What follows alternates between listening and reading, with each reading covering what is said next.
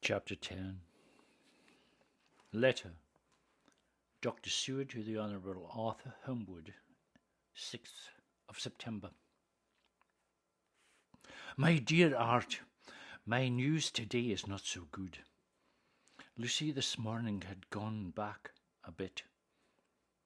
There is, however, one good thing which has arisen from it.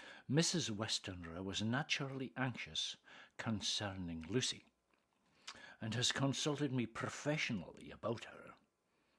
I took advantage of the opportunity and told her that my old master, Van Helsing, the great specialist, was coming to stay with me, and that I would put her in his charge conjointly with myself. So now we can come and go without alarming her unduly, for a shock to her would mean sudden death, and this, in Lucy's weak condition, might be disastrous to her. We are hedged in with difficulties, all of us, my poor old fellow, but please God we shall come through them all right. If any need I shall write, so that if you do not hear from me, take it for granted that I am simply waiting for news. In haste, yours ever, John Seward. Dr. Seward's Diary. 7th of September, the first thing Van Helsing said to me when we met at Liverpool Street Station. Have you said anything to our young friend, the lover of her?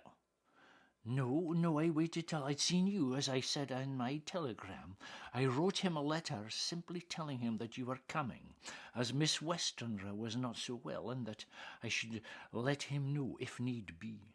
Ah, right, my friend, quite right. Better he not know as yet. Perhaps he shall never know, I pray so, but if need be, then he shall know all. And my good friend John, let me caution you, you deal with madmen. All men are mad in some way or the other.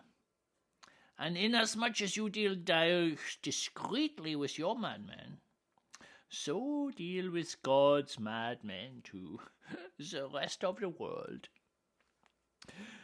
You tell not your madmen what you do, nor why you do it. You tell them not what you think.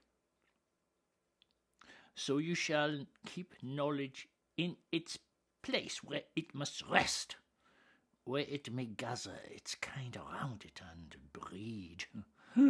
You and I shall keep as yet what we know here and here.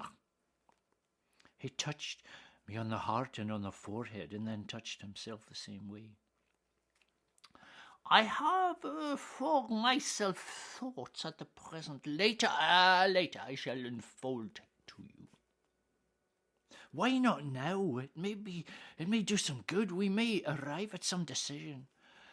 My friend John, when the corn is grown, even before it has ripened, while the milk of its mother earth is in him, and the sunshine has not yet begun to paint him with his gold, the husbandman, he pulled the ear and rubbed him between his rough hands and blow away the green chaff and say to you, look, he's good corn, he will make good crop when the time comes.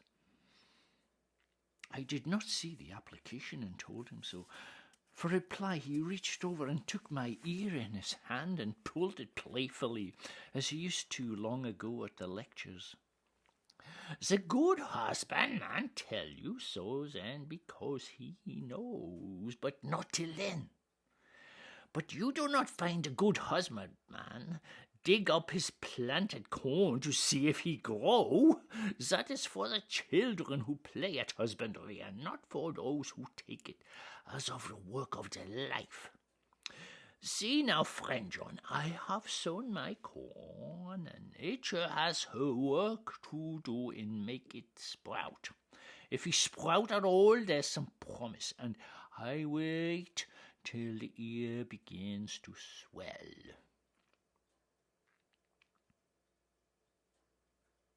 You were always a careful student, and your casebook was ever more full than the rest.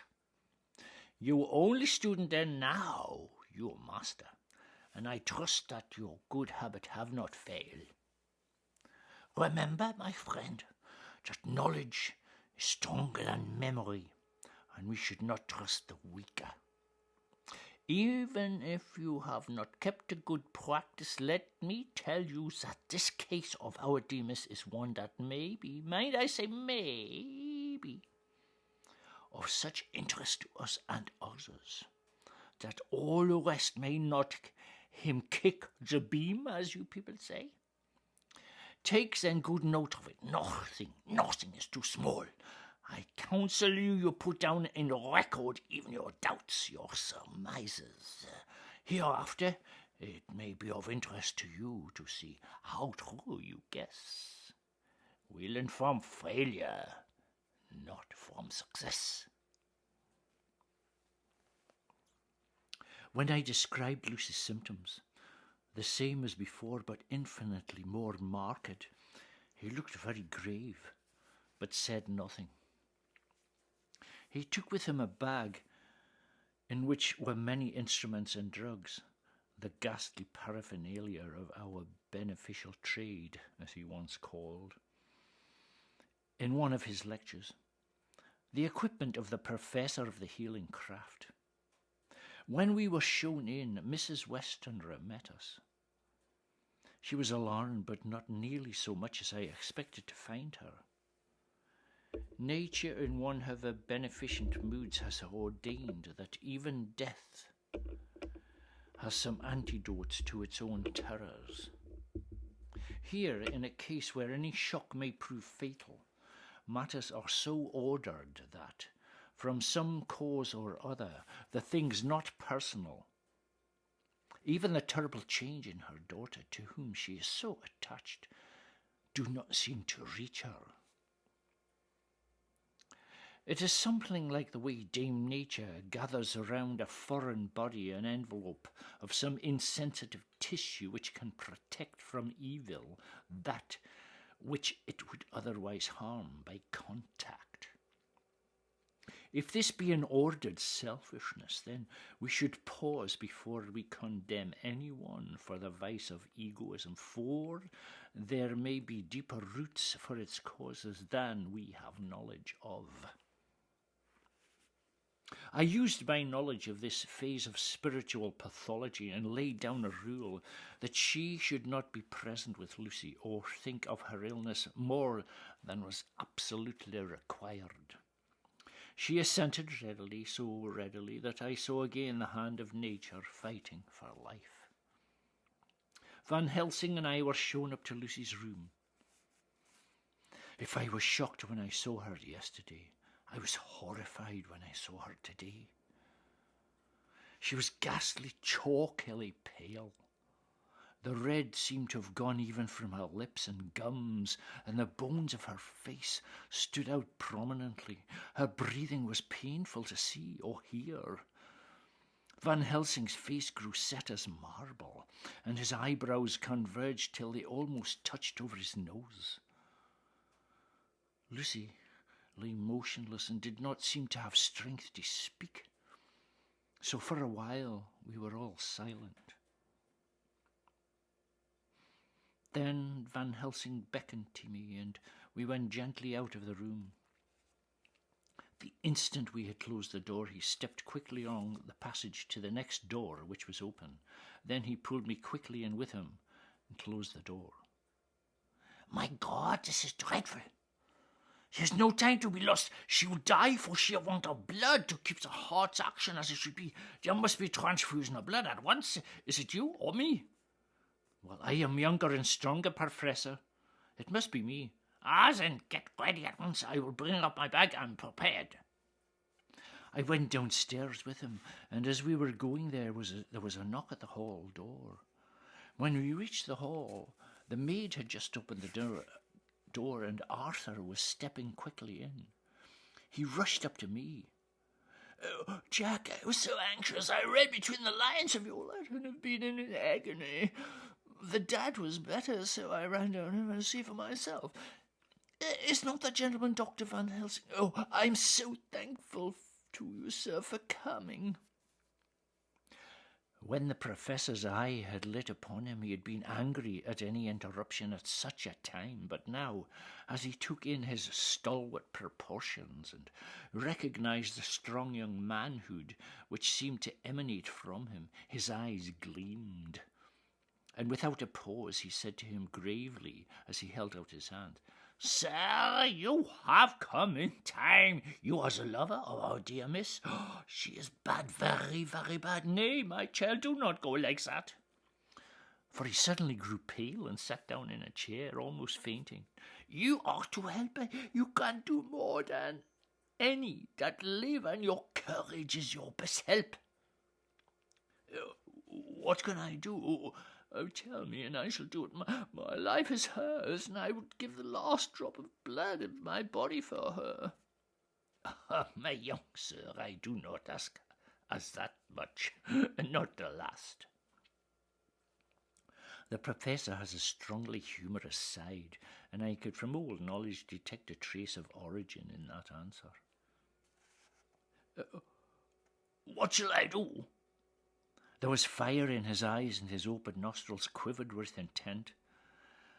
Van Helsing slapped him on the shoulder. "Come, you are man, and it is man we want.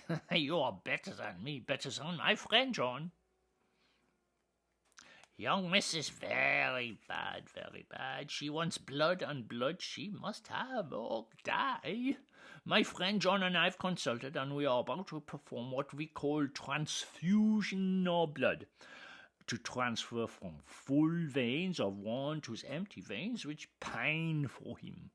John was to give his blood, as he is more young and strong than me." And here Arthur took my hand and wrung it hard in silence. "But now you are here, you are more good than us, old or young, who toil much in the world of thought. Our nerves are not so calm, and our blood not so bright as yours. If only you knew how gladly I would die for her, you would understand." "Yeah, good boy. In the not so far off you will be happy that you have done all for her you love. Come now and be silent. You shall kiss her once before it is done, and then you must go, and you must leave at my sign. Say no word to Madame. You know how it is with her. There must be no shock. Any knowledge of this would be one. Come." We all went up to Lucy's room. Arthur, by direction, remained outside. Lucy turned her head and looked at us, but said nothing. She was not asleep, but she was simply too weak to make the effort. Her eyes spoke to us, that was all. Van Helsing took some things from his bag and laid them on a little table out of sight. Then he mixed a narcotic and came over to the bed. "Now, little miss, here is your medicine. Drink it off like good child. See, I lift you so you can swallow is easy. Ah, yes." She had made the effort with success. It astonished me how long the drug took to act. This, in fact, marked the extent of her weakness. The time seemed endless until sleep began to flicker in her eyelids. At last, however, the narcotic began to manifest its potency, and she fell into a deep sleep. When the professor was satisfied, he called Arthur into the room and bade him strip off his coat. "You may take that one little kiss whilst I bring over the table. Friend John, help to me." So neither of us looked whilst he bent over her. "Ah, he is young and strong, and of blood so pure that we need not defibrillate it. And then with swiftness but with absolute method Van Helsing performed the operation. As the transfusion went on, something like life seemed to come back to poor Lucy's cheeks, and through Arthur's growling pallor, the joy of his face seemed absolutely to shine. After a bit, I began to grow anxious, for the loss of blood was telling on Arthur, strong man as he was. It gave me an idea of what a terrible strain Lucy's system must have undergone, that what weakened Arthur only partially restored her. But the professor's face was set, and he stood watch in hand, and with his eyes fixed now on the patient and now on Arthur. I could hear my own heart beat. Presently, he said, "Do not stir an instant. It is enough. You attend him. I will look to her." And when all was over, I could see how much Arthur was weakened. I dressed the wound and took his arm to bring him away, when Van Helsing spoke without turning round.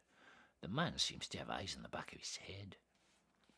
"The brave lover, I think, deserve another kiss, which he shall have presently." And as he had now finished the operation, he adjusted the pillow to the patient's head.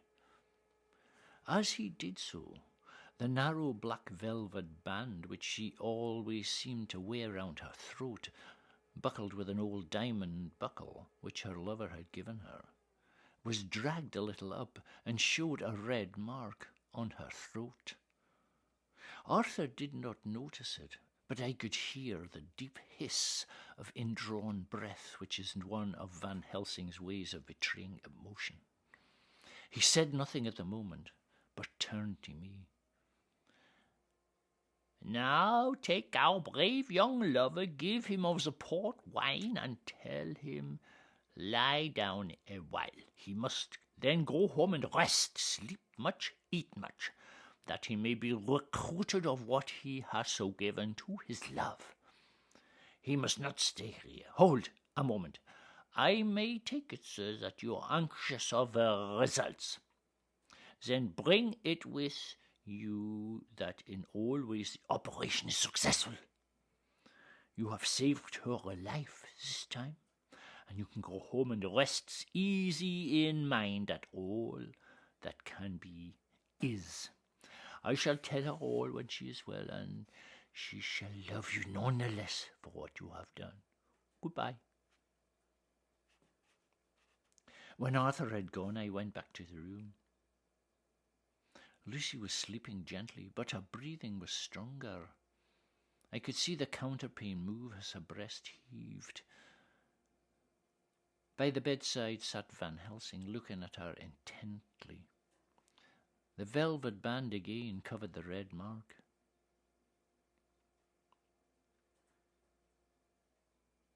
"What do you make of the mark on her throat?"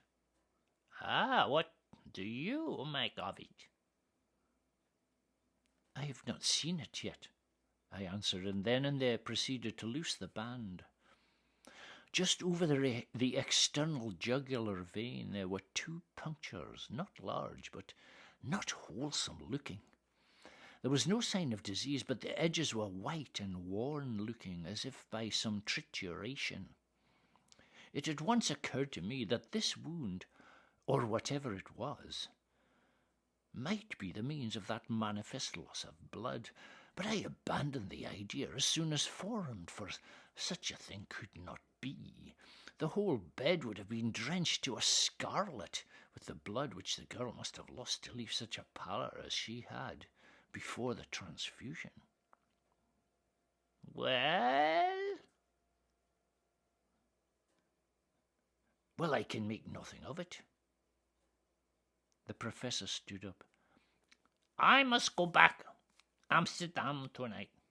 There are books and things there which I want. You must remain here all the night, and you must not let your sight pass from her."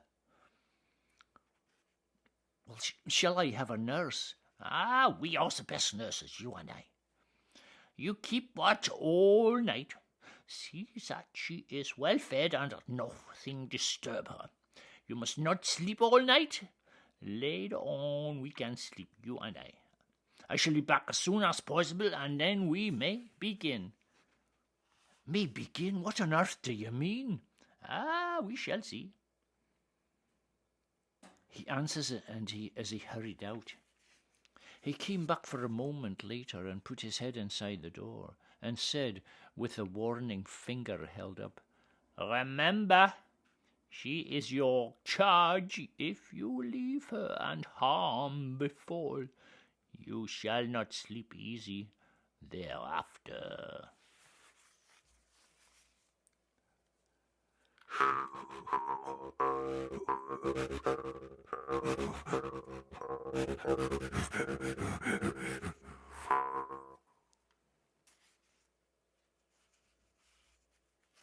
Dr. Seward's diary continued. 8th of September.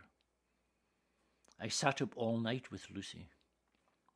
The opiate worked itself off towards dusk, and she waked naturally. She looked a different being from what she had been before the operation. Her spirits even were good, and she was full of a happy vivacity, but I could see evidence of the absolute prostration which she had undergone. When I told Mrs. Westenra that Dr. Van Helsing had directed that I should sit up with her, she almost pooh-poohed the idea, pointing out her daughter's renewed strength and excellent spirits. I was firm, however, and made preparations for my long vigil. When her maid had prepared her for the night, I came in, having in the meantime had supper, and took a seat by the bedside. She did not in any way make objection, but looked at me gratefully whenever I caught her eye. After a long spell, she seemed sinking off to sleep, but with an effort seemed to pull herself together and shook it off. This was repeated several times with greater effort and with shorter pauses as the time moved on. It was apparent that she did not want to sleep, so I tackled the subject. "You did not want to go to sleep?" "No, I'm afraid." "Afraid to go to sleep? Why so? It is the boon we all crave for." "Not if you were like me. If sleep was to you a presage of horror." "A presage of horror? What on earth do you mean?" "Oh, I don't know. That is what's so terrible. All this weakness comes to me in sleep, until I dread the very thought." "But, my dear girl, you may sleep tonight. I'm here watching you, and I can promise that nothing will happen." "Oh, I can trust you." "I promise you that if I see any evidence of bad dreams, I will wake you at once." "You will? Oh, will you really? Oh, how good you are to me. Oh, then I will sleep." And almost at the word she gave a deep sigh of relief and sank back asleep. All night long I watched by her. She never stirred, but slept on and on in a deep, tranquil, life-giving, health-giving sleep. Her lips were slightly parted, and her breast rose and fell with the regularity of a pendulum. There was a smile on her face, and it was evident that no bad dreams had come to disturb her peace of mind. In the early morning her maid came, and I left her in her care and took myself back home, for I was anxious about many things. I sent a short wire to Van Helsing and to Arthur, telling them of the excellent result of the operation. My own work, with its manifold arrears, took me all day to clear off. It was dark when I was able to inquire about my zoophagous patient. The report was good. He had been quite quiet for the past day and night. A telegram came from Van Helsing at Amsterdam whilst I was at dinner, suggesting that I should be at Hillingham tonight, as it might be well to be at hand, and stating that he was leaving by the night mail and would join me early in the morning. 9th of September. I was pretty tired and worn out when I got to Hillingham. For 2 nights I had hardly had a wink of sleep, and my brain was beginning to feel that numbness which marks cerebral exhaustion. Lucy was up and in cheerful spirits. When she shook hands with me, she looked sharply in my face and said, "No sitting up for you tonight. You're worn out. I'm quite well again. Indeed I am, and if there's to be any sitting up, it is I who will sit up with you." I would not argue the point, but went and had my supper. Lucy came with me, and enlivened by her charming presence, I made an excellent meal, and had a couple of glasses of the more than excellent port. Then Lucy took me upstairs and showed me a room next her own, where a cosy fire was burning. "Now, you must stay here. I shall leave this door open and my door too. You can lie on the sofa, for I know that nothing would induce any of you doctors to go to bed while there is a patient above the horizon. If I want anything, I shall call out, and you can come to me at once." I could not but acquiesce, for I was dog-tired, and could not have sat up had I tried. So, on her renewing her promise to call me if she should want anything, I lay on the sofa and forgot all about everything.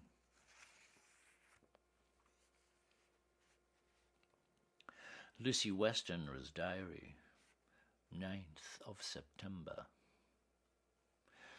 I feel so happy tonight.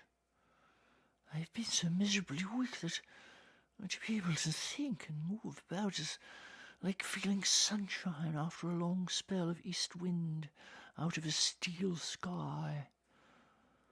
Somehow Arthur feels very, very close to me. I seem to feel his presence warm about me.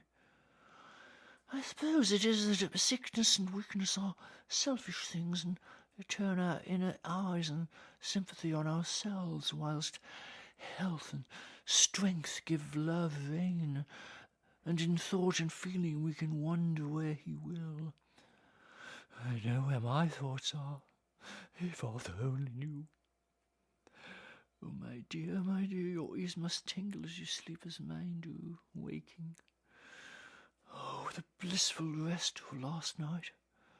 How I slept with that dear, good Dr. Seward watching me.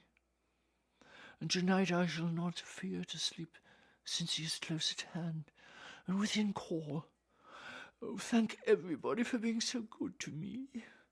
Thank God. Good night, Arthur. Dr. Seward's diary. 10th of September. I was conscious of the professor's hand on my head and started awake all in a second. That is one of the things we learn in an asylum at any rate. "And how was our patient?" "Well, when I left her, or rather when she left me." "Ah, come, let us see." And together we went into the room. The blind was down, and I went over to raise it gently, whilst Van Helsing stepped with his soft cat-like tread over to the bed. As I raised the blind and the morning sunlight flooded into the room, I heard the professor's low hiss of inspiration, and, knowing its rarity, a deadly fear shot through my heart. As I passed over, he moved back, and his exclamation of horror, "Gott in Himmel!" needed no enforcement from his agonized face. He raised his hand and pointed to the bed, and his iron face was drawn and ashen white.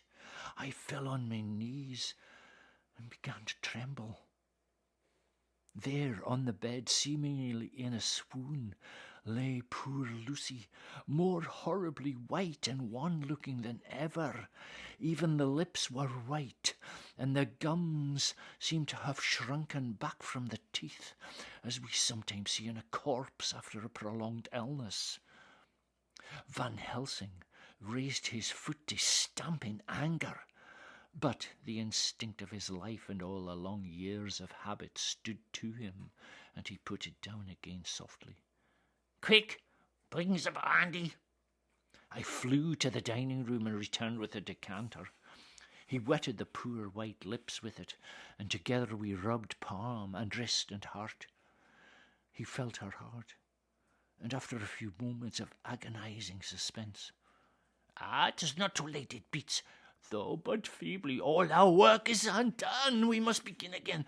Says no young Arthur here. Now I have to call on you yourself this time, friend John." As he spoke, he was dipping into his bag and producing the instruments for transfusion. I had taken off my coat and rolled up my shirt sleeve. There was no possibility of an opiate just at present, and none needed, and so, without a moment's delay, we began the operation. After a time, it did not seem a short time either, for the draining away of one's blood, no matter how willingly it is given, is a terrible feeling. Van Helsing held up a finger. "Do not stir, but I fear that with growing strength she may wake, and that would make danger, oh, so much danger, but I shall precaution take. I shall give hypodermic injection of morphia." He proceeded then swiftly and deftly to carry out his intent. The effect on Lucy was not bad, for the faint seemed to merge subtly into the narcotic sleep. It was with a feeling of personal pride that I could see a faint tinge of colour steal back into the pallid cheeks and lips. No man knows, till he experiences it, what it is to feel his own life blood drawn away into the veins of the woman he loves. The professor watched critically. "That will do. Already you took a great deal more from art." To which he smiled, a sad sort of smile. He is her lover, he of her fiancé. You have work, much work, to do for her and others, and present will suffice." When we stopped the operation, he attended to Lucy, whilst I applied digital pressure to my own incision. I lay down whilst I waited his leisure to attend me, for I felt faint and a little sick. By and by, he bound up my wound and sent me downstairs to get a glass of wine for myself. As I was leaving the room, he came after me. "Nothing must be said of this. If our young lover should turn up unexpected as before, no word to him. If it would at once frighten him and enjealous him too, there must be none. So?" And when I came back, he looked at me carefully. You are not much the worse. Go into the room, lie on the sofa and rest a while. Then you have much breakfast. Come here to me." I followed out his orders, for I knew how right and wise they were. I had done my part, and now my next duty was to keep up my strength. I felt very weak, and in the weakness lost something of the amazement at what had occurred. I fell asleep on the sofa, however, wondering over and over again how Lucy had made such a retrograde movement, and how she could have been drained of so much blood with no sign anywhere to show for it. I think I must have continued my wonder in my dreams, for sleeping and waking my thoughts always came back to the little punctures in her throat and the ragged, exhausted appearance of their edges, tiny though they were. Lucy slept well into the day, and when she woke she was fairly well and strong, though not nearly so much as the day before. When Van Helsing had seen her, he went out for a walk, leaving me in charge, with strict injunctions that I was not to leave her for a moment. I could hear his voice in the hall asking the way to the nearest telegraph office.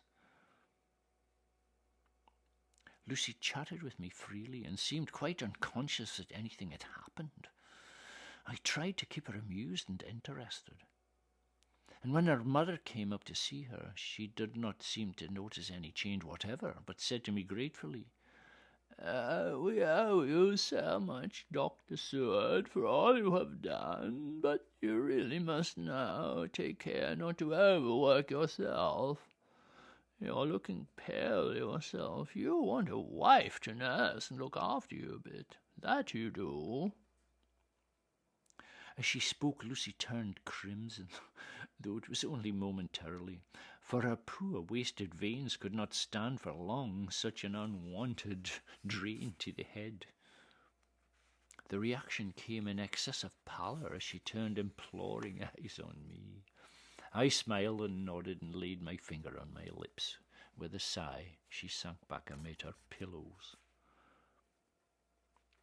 Van Helsing returned in a couple of hours. "Now you go home, eat much, drink enough. Make yourself strong. I say here, stay here tonight. I shall sit up with little miss myself. You and I must watch the case. We must have none other to know. I have grave reason. No, do not ask them. Think what you will. Do not fear to think even the most non-probable. Good night." In the hall, two of the maids came to me and asked if they or either of them might not sit up with Miss Lucy. They implored me to let them, and when I said it was Dr. Van Helsing's wish that either he or I should sit up, they asked me quite piteously to intercede with the foreign gentleman. I was much touched by their kindness.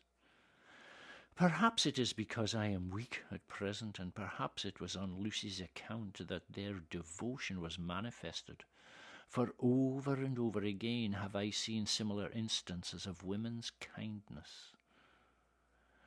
I got back here in time for a late dinner, went my rounds, all well, and set this down whilst waiting for sleep.